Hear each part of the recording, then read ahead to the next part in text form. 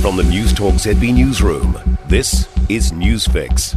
In this update, the government's health targets are being labelled half-baked empty goals by the opposition.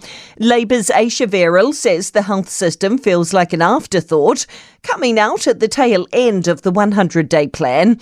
She says the minister's ignored primary care and general practice, the part of the system Kiwis use the most. I think the targets do not have a deadline and therefore they do not function. They also do not focus on the parts of the health system we need them to focus on.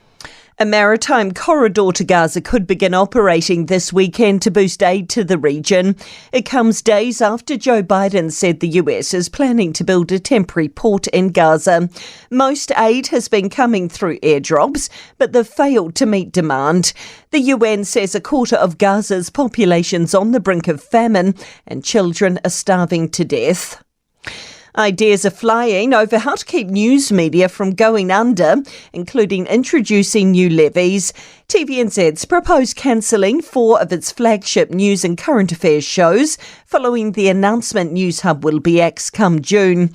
Better Public Media Trust suggests a levy on digital advertising or lifting the current levy on communication companies. Chair Peter Thompson says it could involve people paying an extra $1 for their internet. And that would raise the kind of money that would be sufficient to maintain our public media and to reinvest in the news sector across the board.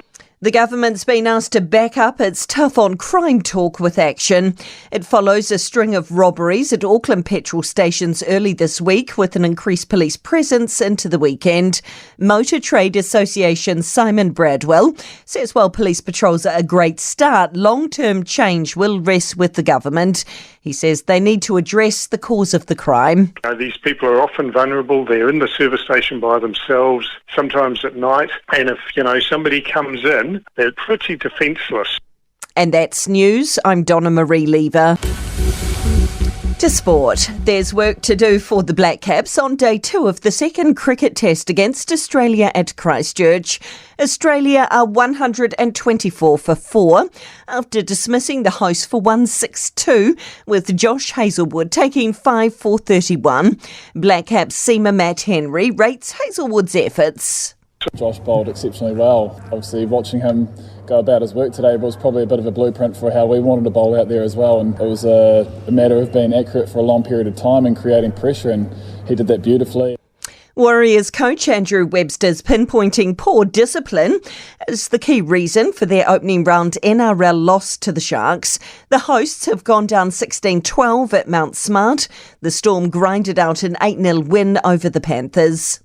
A drought-breaking win for the Phoenix women in football's A-League, clinching a 3-1 away victory over Perth. And the Highlanders have hung on for a 23-21 Super Rugby win over the Waratahs in Sydney. And that's sport. For more news, listen to Newstalk ZB live on iHeartRadio.